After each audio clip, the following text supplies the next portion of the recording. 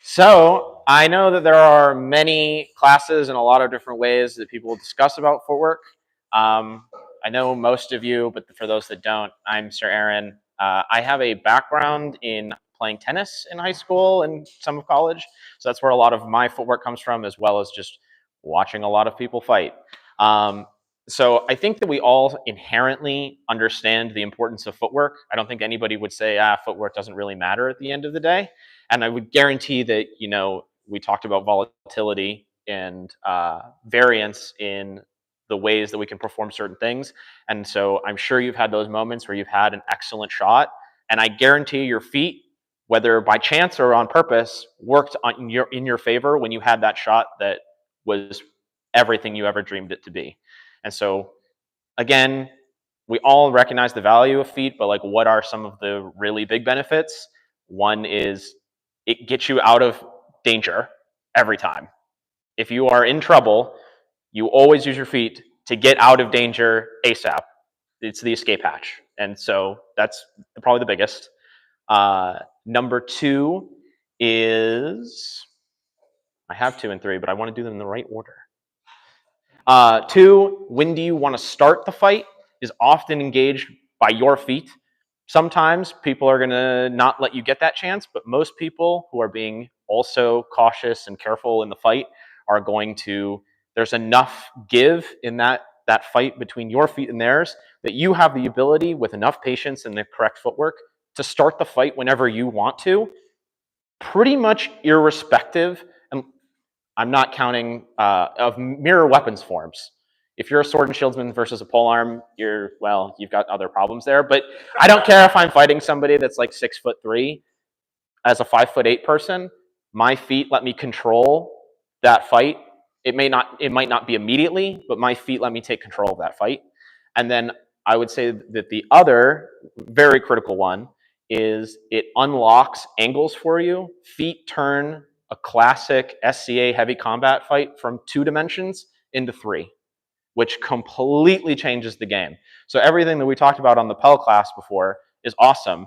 But now imagine when you take one step in a 45-degree angle around your Pell, what that does to your opponent's guards. And so I think that there's some great ways to illustrate that if you want to come grab a couple.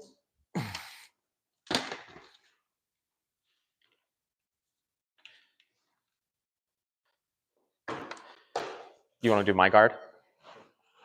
So in my guard, this is kind of a common guard that I use. And so from C range, this works exceptionally well because the point blocks the head or is easy to come into contact with the head.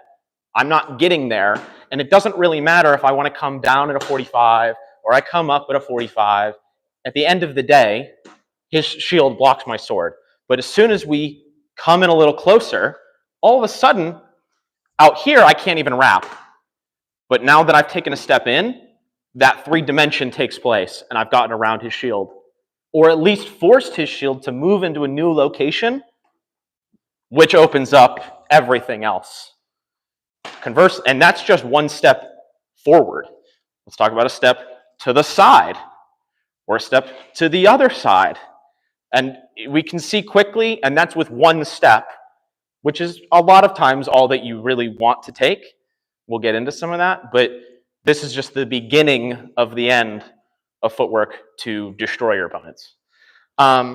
So there's a few different kinds of steps. Obviously, a lot of people the 2 most basic are going to be a step forward, and the other is going to be the shuffle. Usually, I use those are going to be primarily the 2 ways that you move in general. The pros and cons of each being that stepping its very much faster cousin running are going to be much quicker. I'm not going to shuffle towards my opponent that's with a polearm running backwards from me. That's not going to get me very quickly anywhere. But it's the safest option, because generally when I'm engaged with an opponent and I've picked what my guard is, I've picked my guard for a reason, particularly what foot I feel like I want to be forward. And so just because my opponent took a step backwards Again, generally talking about mirror matchups or sword and shield versus even two weapon. I'm not changing up my whole game plan because you took a step backwards. There is a weakness in there to be exploited. I chose to start right foot forward against you, and if you took a step back and I start left foot forward against you, well, all of a sudden now my opponent is controlling the fight on me. Conversely, the other benefit is that moving in your other leg is something else that I now have to think about blocking. How many times have I had somebody walk towards me, and they take the step, boom, I shoot at that leg, it's gone. But if you take this step carefully, it's very, very tight defensively. Nobody's ever getting, there's some vulnerability. You can drop your shield or whatever, and it's something to practice to keep everything tight while you step, but it's better than these steps. So that's some of the common stuff. There's also, very rarely used, the cross step. I usually only go behind, but I'll use that for like an offside leg shot.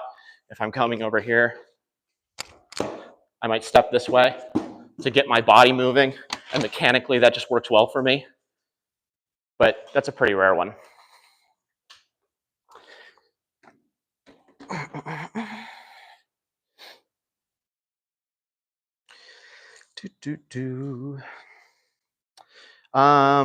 Big steps versus little steps. I would say that this is generally a cause for great debate. I would say most people, a lot of high-level fighters prefer the little step. It gives them a lot of control, especially with how they're distributing weight over their body. You generally want that weight over the center of your legs, the center. But if I had to choose, I would go forward rather than backwards. I don't like to be in this position ever, but to be forwards on my opponent feels actually quite good a lot of times. But when you start taking big steps, that's both where you run into those weight distribution problems more often, and you can find yourself pinned. If I'm against an opponent and I take this big step back and now I'm in A, it's way harder to get this step out than it was if I'm in A. Here, I have a lot more flexibility to move around and take steps. So I will say that, but I do like the explosiveness. I prefer large steps generally, especially as I'm the aggressor on average, because if I'm out here, instead of taking a little step and getting a little angle change, I can take a big step and get a big angle change very quickly. Which, do I want to go into that now? No, we'll come back to that part later. So I talked a little bit about fighting stances, which foot I want first, which is obviously going to have an impact over how your footwork works. I prefer, there's pros and cons to left foot versus right foot forward in both cases. Your footwork doesn't necessarily change a lot out of them, but it impacts how your fight is going to be. I prefer generally a right foot forward style. It gives me a little bit extra range when I throw my shots, and I like to have that initiative. I want to be throwing first. I feel a little bit like a fencer. Right, no judgment. But there are certain cases where right foot forward does not go well for me, and I don't do it. Because if I'm fighting a lefty, and if I'm fighting a lefty, all of a sudden, this doesn't feel very strong. I feel quite vulnerable. And my shield, while I can do some compensating things to get it over there and protect this, why would I do that when I could just start left foot forward? Most of the time, I don't need that extra range either. You have to weigh the pros and cons, obviously, for your personal style and things like that. That's just one example. Another one is if I find myself counterpunching. I have this very C-range sniper style generally, and some people decide that the best way to counter that is to run at me really fast, which is not a terrible strategy, to be honest. But when that happens, if he takes his step forward, grab my shield. Yeah, when you're taking his steps forward at me, I don't like being stuck here against him defensively. But if we reset and do it again, if I start left foot forward, I know you're going to charge at me. I start left foot forward, I feel that I have more ability to turn that into my next step being my right foot, which is where I feel very comfortable, and I can wrap around your body. So when I'm counterpunching, I like to do that. But a lot of times it's as simple as, is my leg getting eaten up right now? I think I should change legs. You do a little leg changes, like back, like, all right, lefty, fine, you switch your left, but you switch your feet. When you switch legs, like mid-fight, like just to kind of like different angles, different shots, different. I would only change it based on like, I'm usually not changing it based on for an angle perspective. I'm usually changing it, like I said, if I'm getting pushed. If I'm in that situation where I say, I'm not getting first tempo, he's gonna get the charge. Some people have excellent defenses that I can't snipe through, and they want to charge me, and I go, well, what's the point in attacking first into a defense? I'll let him attack first and set up myself for a really great second step. Okay. And so that's where I'm coming from there. Okay, cool.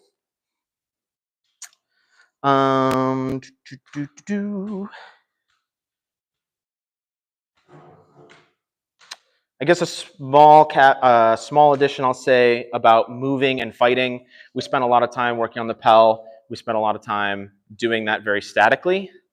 I think adding in movement while you throw to the Pell can be really great addition as you start to level up your game, because most of the time we're not rock'em sock'em robots.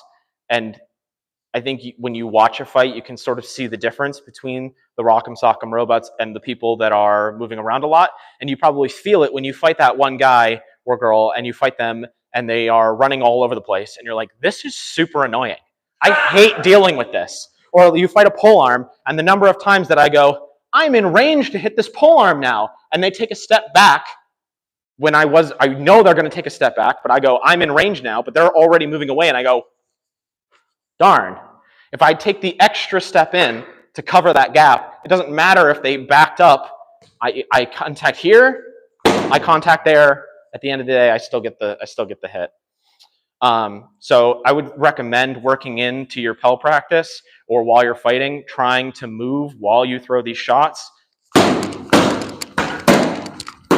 makes it a lot easier and a more dynamic fight.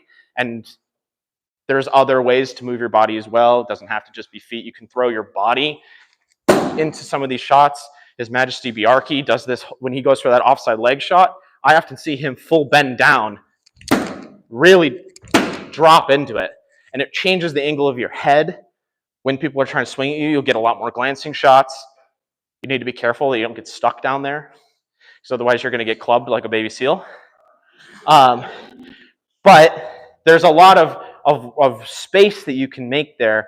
I do it all the time I feel very confident in my leg wrap shot particularly. And so a lot of times I'll try to get somebody to blind themselves. By getting them to blind themselves, it gives me extra time. It gives me extra space to move quickly and leaves them vulnerable. So I might go, and notice the follow through of that. I'm in a particularly vulnerable position. If I'm fighting somebody, I'll model it against you. If I throw, and I throw for this leg, and it doesn't work, and he sees it coming, I'm not in a spot that I particularly want to be for I don't have a follow-up, and I'm in trouble. If I were to not move away, it's not good for me. So I usually have the follow-through to get out from there. It's an ending shot for me.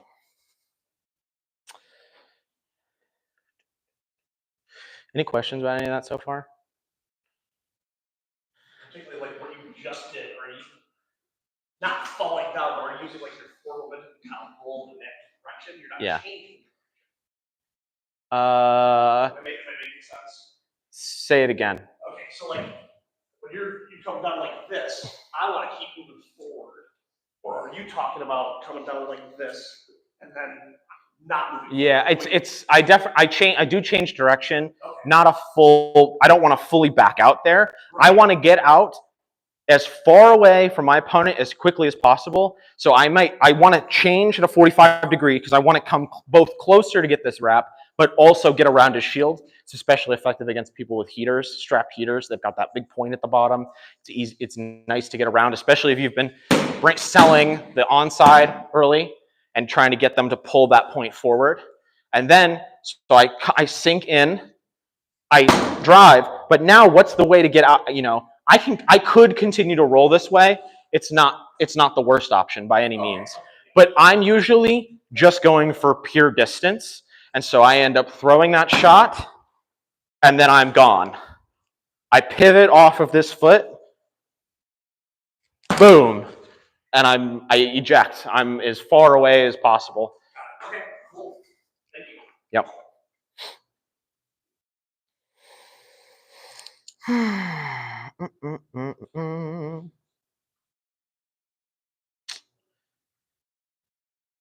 There are a few other kind of advanced things you can do to kind of accentuate what your feet look like or the effectiveness of your feet without actually having awesome feet.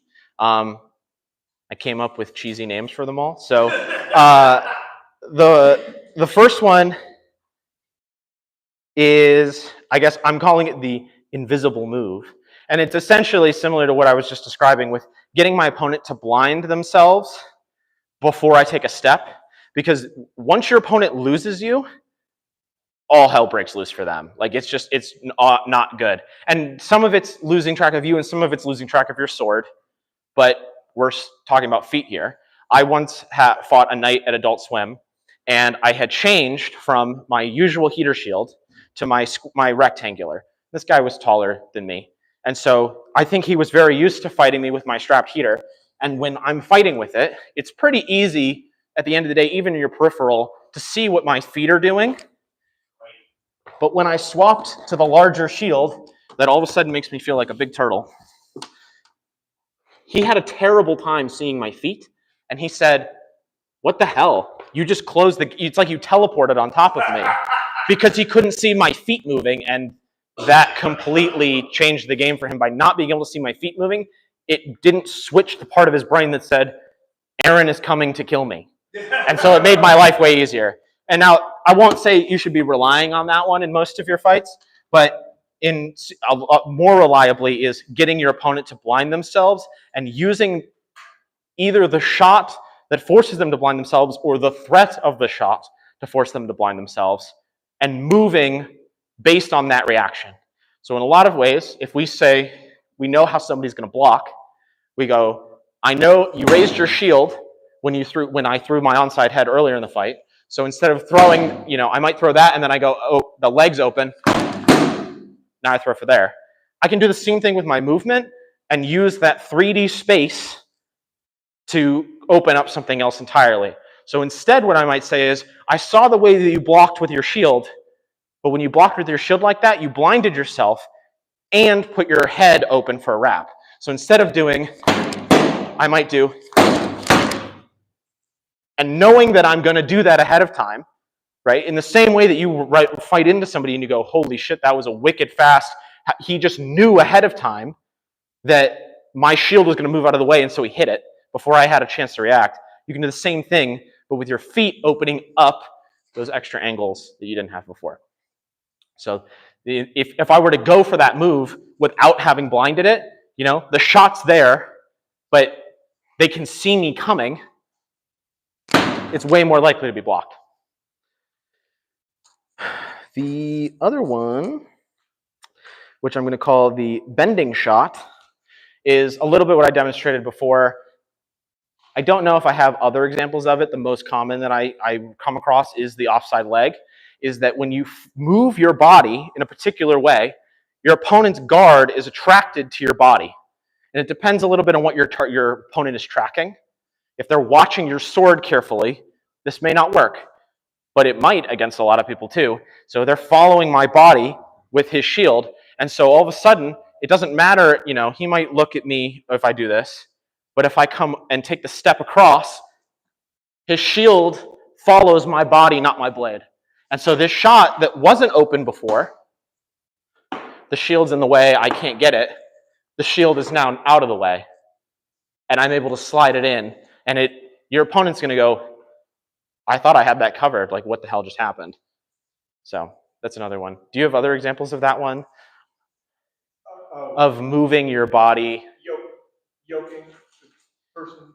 You notice Mind controlling your opponent's defense out of the way of the blade. I love that. Usually, I'm just noticing what are they moving in response to me, right? Like Sure. If I move my shield, how do they move? Sure. Right? Or yeah, the shield is a good one. If I move my sword, how do they move? Yeah. Right. So what are they tracking? Are they tracking my shield? Are they tracking my body? Are they tracking my sword? And then you can pay attention.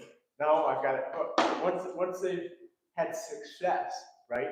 That first block. Oh, they made the block. Oh, look. Oh, they made the block. Now you're like now it's hooked in. Yeah. Right.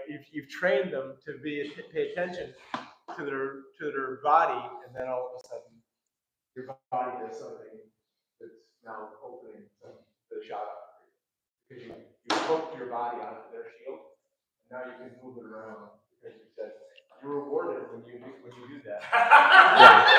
Yeah. So now you're not. Conversely, it's something to watch out for when someone's testing. Right. And not duplicate your reaction. Yeah. You know, I always catch if somebody does something, I go, oh, I bit. And well, I'm not going to show that again. Yeah. The other one. Twice a week for the third shot last night. The other one that is, I don't have really a funny name for. Sorry, I stopped being creative. But this was actually a tennis move. It's called the jump step, and traditionally in tennis, you use it when you know your opponent is going to serve the ball to you. You know it's coming to you. It's in this square, but it can go in any sort of direction. You need to be able to pivot quickly. So right as the person has the ball, they toss it up in the air and they're about to make contact. The tennis players, the receiving, they take their jump step. And I won't say that I use this often in fighting. I'm not hopping around like a little bunny rabbit. But in situations where I'm getting chased down and I know that they're going to bull charge me like that, especially, I think this is especially valuable for people who are fighting pole arms and you know that this person's going to rush you fast and you need to get around. This is what allows me to change position incredibly quickly. And so if you're charging at me, and it lets me pivot in any direction that I want. Let me rephrase that. It lets me take my backwards momentum. I start moving backwards. I stop. And now I've completely woven through my opponent. It completely changes the momentum with a simple hop. You know, there's some work there to perfect it so you don't get bonked in the head when you're taking your little hop. But it allows you to change that momentum backwards to get around a person very quickly. And you don't have to go the 45 towards them. I find that that's very natural. Maybe that's partly because I was playing tennis, but you could use that to take a 90-degree. You know, you can go in any of a cone of 180 degrees in front of you. As soon as you take that little hop step and it's boom, I'm basically hips a little wider apart. And from here, it's completely reset my momentum to get around my opponents. Yeah, that's a pretty essential pole arm. You gotta learn that. You want to be more effective with that pole arm. Yeah. Against sword and shields. Well, and I think it's underutilized as sword and shield against sword and shield for people that don't want to belly up. If, you know, we had some conversations earlier about, you know, what do you do when you're in A range? I don't want to be in A range. So I'm not going to let it happen. So when that situation arises, if I know that that's that person's plan, you know, it's not so automatic in my brain that if somebody charges me, I just immediately jump step. I have to kind of consciously think about it. I'd love it to be autopilot one day. But it lets me all of a sudden take initiative of the fight back into my favor because I'm basically planned to counterpunch for them.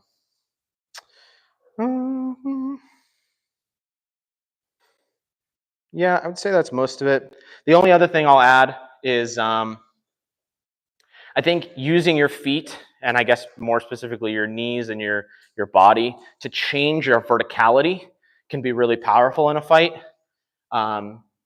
People have probably had experiences where they fight that person that's really, really tall or really, really short, and how the angles completely change. we don't all walk around with our knees locked. Like, we can change our own height to influence how we want to participate in those engagements. So if I fight somebody that's really short and they're used to fighting people that are taller than them, and I'm not used to that, I might squat down and get lower. Or if they have a massive shield, I'll use that to blind themselves without even throwing, or to use that to block around me. Conversely, if somebody's really tall, I might jump. Now, I'm not jumping on top of them, right? Like, there's a safe way to do this, right? But if somebody's up tall or they keep their shield up really high and I've been throwing with no success up here, I might bang and get an extra 6 inches of height that they are not prepared for. And I don't have an issue with power generation when I'm flying through the air. Just gravity helps me significantly when I'm bringing down the thunder. Yeah. Yeah, yeah. You generate your force before you take flight. Exactly. Yeah, I'm wound up, bang, and just unleash it like a top. I'm a little Beyblade. But it's not super often. You don't want to be jumping on all of your shots. But at a certain, you'll see the situation where, like, if I was just 3 inches taller, I could slot this guy. And I was like, I can be 3 inches taller. Done. Mission accomplished. So there's all sorts of drills that you can do. I don't have any prepared, and I'm not going to bore you with all the sorts of drills. There's a lot of people, both in the fighting community and outside, that have those. Obviously, Duke Branos is a massive, massive footwork person. I don't know that I'm ready to drop everything and pick up his style of feat, which is a little unique in our game, but he is exceptional at footwork and has a lot of content for footwork drills. Boxing. Right. It really is boxing. Right. I trained with him. Yeah. He's got a different mentality about punching out. Let's talk about it a little bit yesterday. He's got a very violent ejection mechanism. Yeah. Where you just throw your head back. Yep. And you make your body catch up to your head. And when you're ejecting, absolutely. But the training, walk out and say, okay, get your stance, shove your head. You've got to keep up with it. Yep. It just gets you out of it. Everything else is always boxing. So there's a lot of shuffling, a lot of circular triangular. Yep. The only problem I run into with that is the caveat being, if anybody catches up to you that way, your fighting style, your stance is completely compromised. Like, it's not a way to fight from, but which maybe should extra drive the point home that if you're in that situation, you got to get out, which works in some lists better than others. So, If you're already in a bad situation, you might right. Right. And there's something to be said about how you retreat. I was kind of I usually subscribe to get out, and the quickest way away from my opponent is the best way.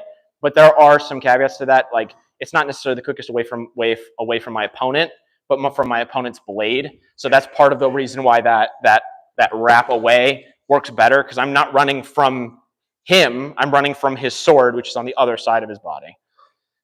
So there's something to be said of, not backing up straight, backing up at a 45 to continue to protect yourself and circle around, especially if you're in a smaller list kind of situation.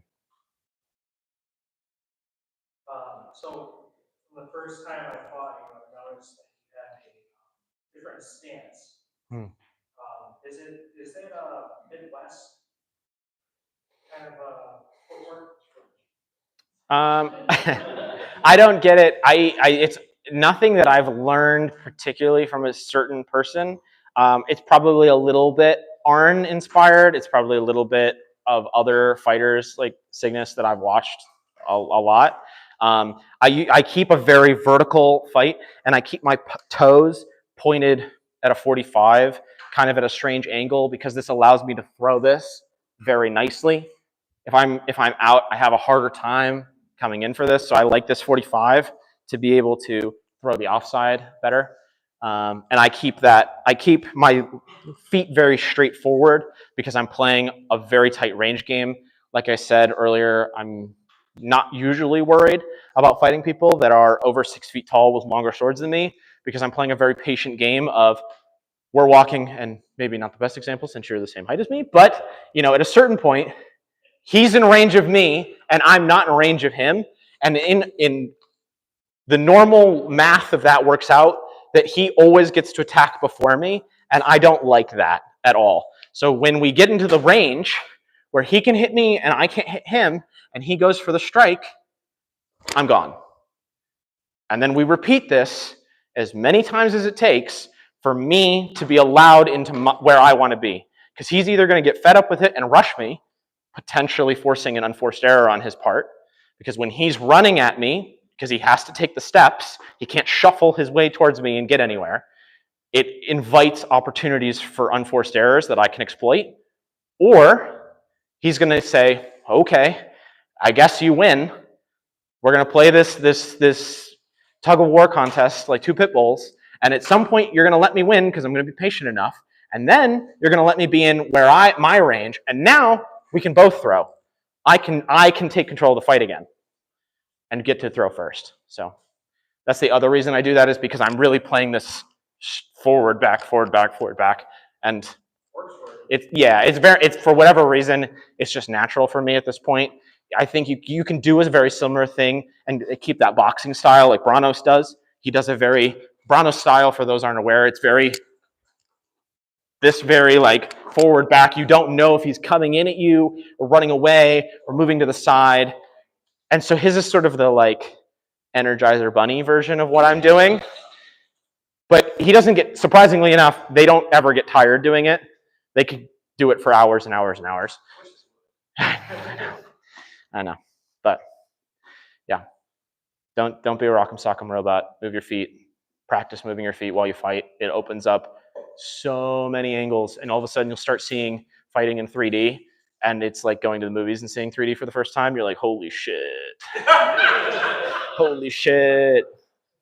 So that's all I got. Thank you, sir. Absolutely.